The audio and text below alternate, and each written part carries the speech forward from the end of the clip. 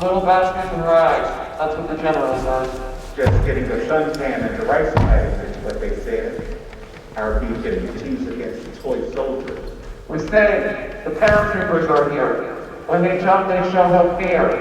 They fight the enemy hand to hand. Now the BC can't be seen on the land. It's up to the pilots to know the way, to avoid the slaughter every day. By landing their choppers far away from the places where the commies left. Operation Niagara is what they said. Cascade of bombs on the lotus flower, and victory would be ours. Lotus flower my eye, more like sun doing a hell of a mess. With us dropped there like flies, stuck, swallowed up, crushed. Why are there no soldiers around? Seems they're all now under the ground. With my prosthesis, I'm not the man with a wooden leg anymore.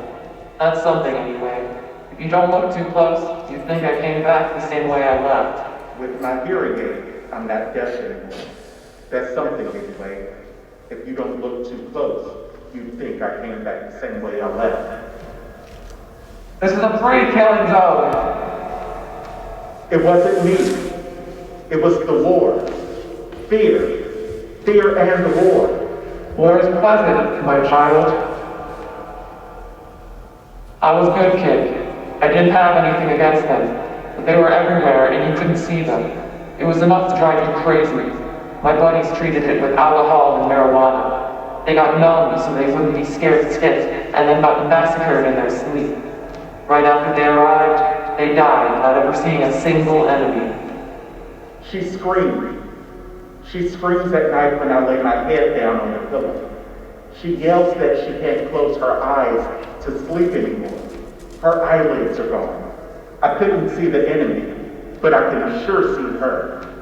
I see her eyes without lids staring at me. Who would have thought with such old people and so much blood left in them? Oh, those herds of elephants sprayed with napalm. They're trumpeting in the flaming forest. They're crazy run towards the river to die. That's one less thing those bastards in rags will have, said the generals. I don't know anything. I don't remember anything. I wasn't in my life. I wasn't in Vietnam. He was their age. I can see him as if he just left yesterday. His tiny hands were holding onto my dress. He didn't want to leave me. He was crying, screaming, "No, Kriss, I want to stay with you!" I had to lie. Tell him I'd see him in a week. And Faithful was there watching us with tears in his eyes. "No, Faithful, I don't want your pity. Do your name justice and stay faithful to me by saving my brother. Keep Stan with you and bring him up. Take him far away from his bloodbath. But later on, remind him of all that happened here. Tell him all the details. When he's old enough to understand and to act, tell him how my father was murdered by my mother. Tell it to him like a novel awaiting its conclusion." Please, If you love me, Faithful, be Stan's guardian in Kriss's memory. Take my brother and watch over him. I'll stay here and wait, with scissors in my hand, until the day I can cut the thread. Mom says she wasn't like that before, even when her little brother disappeared. He was our age. No one knows what happened to him. He died. His mother killed him too. First her husband, then she knocked off her son. If the sheriff hears you, he'll arrest us all and put us in jail. The sheriff's got nothing to do with it. He was manipulated. He was too in love with the mother. She pushed him into killing her husband. And since Stan was a witness to the murder, he had to be killed too. I don't think Stan's dead. He's going to come back. Children, have you seen how nice the weather is? It's been months since we've had such a beautiful, blue, bright morning. Something's gonna happen today, and then everything will change. The weather's in tune with my happy, hopeful mood. She can't see She's so and she's still standing there saying it's a beautiful sunny day. I'm 30 years old today, and I feel like I'm 10 years old again. Children, if you only knew how happy we are. My father is as handsome as a god in his colonel's uniform, an invincible god. My mother looks at him with such loving eyes. Please, for the items of airfare. Oh, children, if you only knew how good my father is. He's so good. So good they called him the butcher of the rice paddies. The veterans were embarrassing America. They lost the war and they were monsters. They've become monsters over there, in the jungle.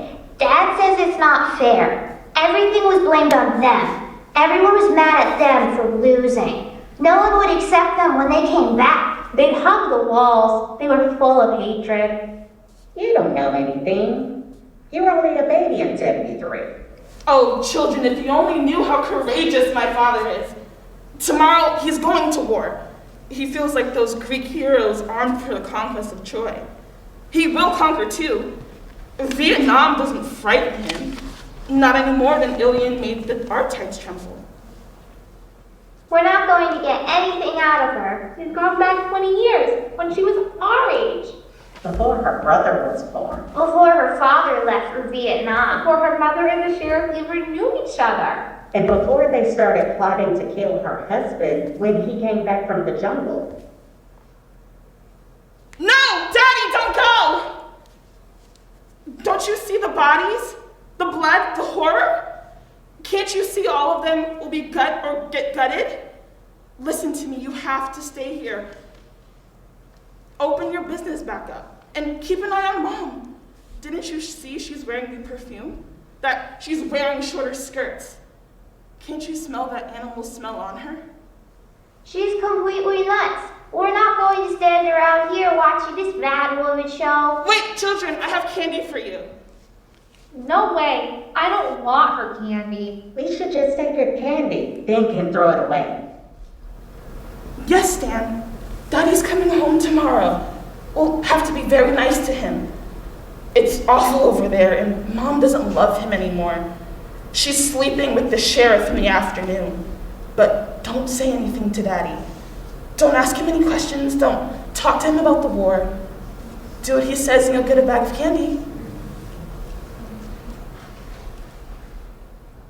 Okay, we'll take the take candy. What are you saying, Stan? What did you see? The water in the pool? Of course, it was changed yesterday. Red water? Of course it's not red. You know that. You went for a swim yesterday before bed. You don't want to swim in the pool anymore? What body? Talk to me! She's remembering the night when her mother and the sheriff killed her father. It was very hot out. He came down to cool off in the pool. His wife is the one who shot him with the silencer. 5 shots to the chest and stomach. Stan saw everything from his bedroom window.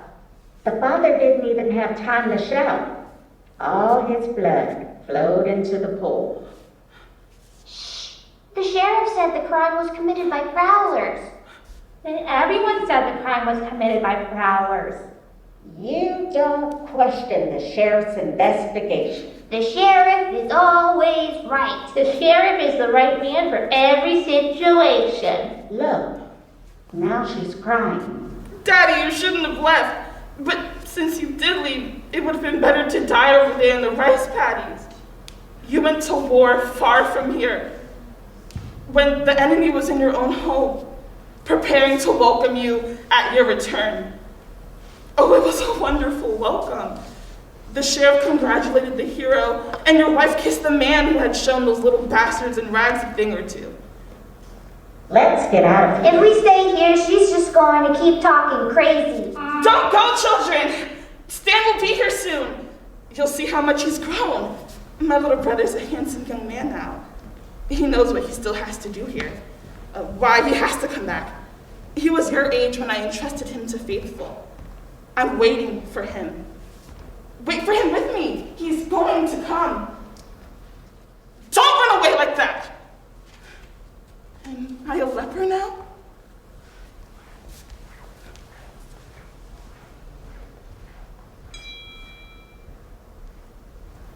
Is this where Kriss lives? You just missed her. She just went out. We had a bit of an argument. Don't tell me you're a friend of hers. She doesn't have any. I'm a friend of her brother's. What did you say? Her brother Stan, he's alive? He was alive. He started traveling the world at the age of 10. He would be 20 today. He's Dead.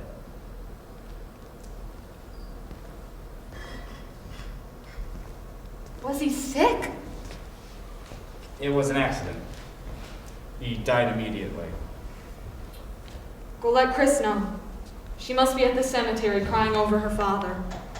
She'll cry for two, since apparently you haven't a single tear for Stan.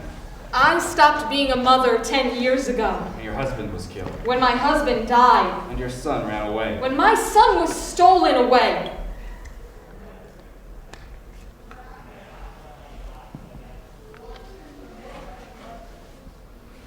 You've wiped him from your memory. While my husband was killing those little bastards in rags, as he called them, I was demonstrating for the end of the war and the freedom of the people. If they only went as far as the border. No foreigners can enter this reunified country. And the Vietnamese people are so happy with their new freedom, they're fleeing in droves. Don't try to teach me any lessons. I've been taught by the best professionals there are. I tried to understand. I was 10 when the war ended. Like Stan. I saw students tear up their draft cards. Veterans coming home with their heads hung low. And now I see all these Vietnamese fleeing in those old tubs. When the sea doesn't swallow them up, pirates take care of massacring them. Is that supposed to excuse the veterans' atrocities? Why did Stan die? I would have explained everything to him. His father went to war in the rice paddies, believing that his conjugal war had been won. He left as the invincible lord of his house. He thought a few years in Vietnam would be enough to make him a master here too. Stan couldn't understand that. He was still in my belly when his father left in his colonel's uniform. He was 10 years old when he saw the warrior's body in the water. Oh! That pool full of blood. That same night Stan had gone for a swim. It was as if you'd sullied his childhood paradise. He really used to love splashing around in the water. I killed for him. He'd hardly seen his father at all until he was 10. My husband used to come home for vacation, but the hunter was always anxious to leave again. When he came back for good, I didn't want Stan to grow up with that brute who'd humiliated me his whole life as his model. You killed for him. That's admirable. The sheriff is certainly a better model than your husband. The sheriff was nothing but the instrument of vengeance. I used him to assure my impunity. You seem quite sure of your impunity. What I'm hearing is Kriss's sharp voice. You're not who you say you are. Where did you come from? Who sent you? I'm just a dead man's friend. Sometimes, when I think about Stan, I imagine he'll appear one day out of nowhere to avenge his father and... Kill you? And I won't be afraid. I'll look him in the eye like I'm looking at you now, and I'll say, kill me. Kill me, since that's the reason you were ripped away from me. What if it wasn't me, but him who was here now? You wouldn't be afraid? You wouldn't tremble just a bit? He's dead. Imagine he survived, and he's now entering your home, and sitting here, where I am. I'd take his hand. I'd ask him if he missed me, if he's ever been in love, if there's a girl waiting for him somewhere. He's never been in love.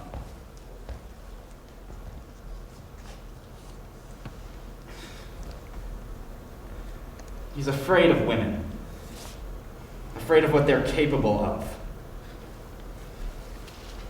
He's only interested in insects. He wants to be an entomologist. He closely examines the life of the yellow-winged sphex. In the heart of the summer, the Sphex rips open its protective cocoon and becomes a hunter. It tracks a cricket and sacrifices it. It's something to see when the hymenopteron swoops down on its petrified victim. Then with its poisoned stylet, it strikes 3 times under the neck, behind the corselet, in the abdomen. But it will be found, and it will be killed just as it killed. The Sphex has no permanent home. It chooses its haven for a single day. The next day, it abandons it. No one knows its hiding place. It appears out of nowhere to strike its victim. But 2 weeks after the murder, the victim is not yet completely dead. It's shuddering. It's shuddering, but does it know what happened to it?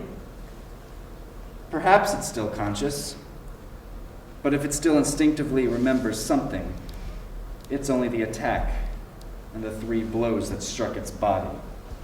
Nothing else? No. It will only remember the moment it became the prey of the yellow-winged Sphex. And the 3 dagger blows? Yes. 3 blows that destroyed it, just as it previously destroyed 3 lives. What are you talking about? What is it with these stories about insects, and why are you looking at me like that? As if you'd been sent to... To kill you? No. As you can see, you're safe and sound. Yes, I am. But what about my mind? Why did Stan die? Why does Kriss hate me? Why are you telling me about the 3 blows of destiny? No reason. You owe me an explanation.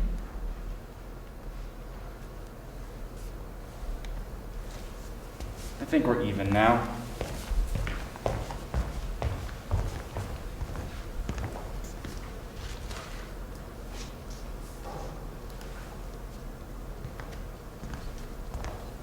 Kriss, have you ever seen yellow-winged Sphex? No. I have. For the last little while, I've been seeing a cloud of yellow-winged SpheXes hovering around me.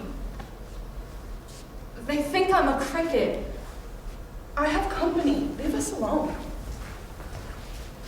Oh, you're still here. The friend of the Sphex? I thought you'd left. So you know, Mom? What? Stan is dead. With 3 blows of its stinger, the yellow-winged Sphex, though it's smaller than its adversary, brings down the cricket. What are you talking about? Were you even listening? I'm telling you, Stan is dead. It strikes only 3 times. Under the neck, behind the corselet, and in the abdomen. What happened to her? Did you tell her the news? Yes, a little while ago. Was she relieved, happy, victorious? For her, your brother has been dead for a long time. She acted like he was dead, but she was afraid of his ghost. She was mostly afraid of you. Of me? She looks down on me. I don't exist for her. She didn't wipe me out with 1 blow. She destroyed me, slowly, until there was nothing left of me. Nothing but a shadow dragging behind her. Without Stan's memory, she would have confused me with this table, that chair. I'm afraid, Kriss. Don't you see the yellow-winged Sphex coming toward me? Ready to plant its stinger in my neck? It's love's stinger, Mom. You have to protect me. There's nothing left to be afraid of. Stan is dead. He won't be back to ask you to settle up. You have to hide me. There's no more danger. Stan was a coward. He preferred to go rather than have your death on his conscience. He didn't believe anymore. There. Though I put all elements of the tragedy in place, I've ended up without an actor. I dreamed of a grandiose ending, and now everything is fizzling out. You dreamed of another bloodbath. It won't happen. My father's murder was transformed into a secondary news story. The case was closed as a work of prowlers. I was waiting for Stan to come back so that the news story would become a bloody myth. She killed a god, and another god had to punish her. Pardon your brother his human weakness. Pardon Kriss her greatness. Stan preferred to die as a matricide. Perhaps he no longer wished to stab her. Killing her would have meant remaining the son who must avenge his father and conform to the role that you, and even your mother, wanted to give him. Perhaps he no longer wished to kill as his father had, legally and on a grand scale. Then, as his mother did in turn, to be rid of a nuisance with impunity. He no longer wished to be their son and perpetuate the tradition of blood. He betrayed, as a brother and as a son. He's dead. He's no longer the brother or the son. I didn't send him away so he could escape his duty, but so that he would return even more determined than me to have Destiny's blows heard. Didn't forget you. Not you, not the guilty woman, not the corpse floating in the pool.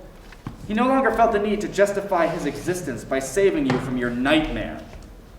He forgave. It's quite convenient to forgive when you're dead. But what about me? Kriss, take me far away from here. I don't want to be a cricket. The yellow-winged spexes are coming. She's delirious. What's happening to her? What did you tell her? Stories about insects. Take me away! Quick, Kriss, I don't want to be their prey. She's pitiful. What happened to the hateful mother who just a few hours ago was telling me, you're a failure? Where's the unmoved family who sniggered at me as I cried over my father's body and my brother's absence?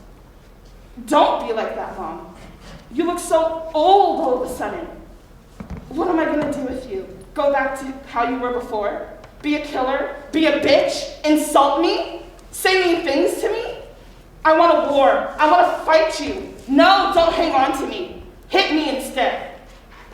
Please, take me away quick, they're coming. Don't you see them? Don't you hear them? They're going to get me. So this is the tragedy I dreamed of so long is going to end. What, there will be no blood? There will be no mother screaming at her children? What, there will be nothing but a farce terrifying an old woman? A story about insects?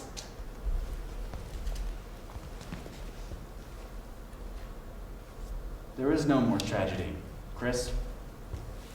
Are you leaving? You haven't told me your name.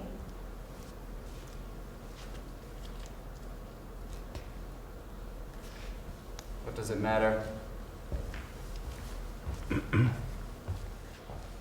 We're back. We'd like to ask you for a little something for the end of the year fair and for the children of the veteran who just died at the home. He was a friend of your father's? My father? He died a long time ago, children. They were together in Vietnam. Vietnam? I never heard of it. My father never went there. Come on, Mom. It's getting late. You need some rest.